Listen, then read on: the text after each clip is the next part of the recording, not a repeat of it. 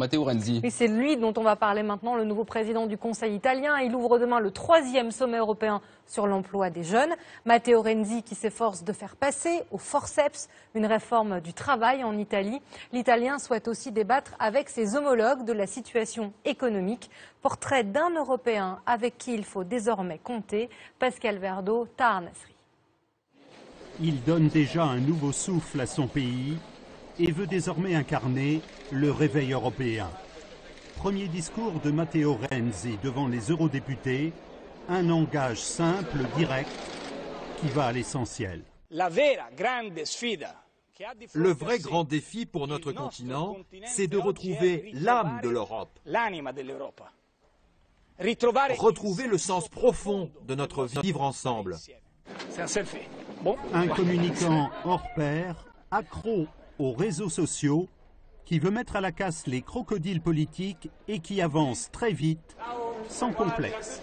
Il incarne quelque chose de nouveau. Il incarne la jeunesse, bien sûr, 39 ans. Il incarne un discours fort, des idées fortes, un discours qui peut d'ailleurs faire front et faire face au discours populiste dont on connaît, donc Beppe ou Berlusconi. Et en Italie, il balaie les vieux tabous. Réforme contestée du Code du travail qui protégeait certains salariés en CDI.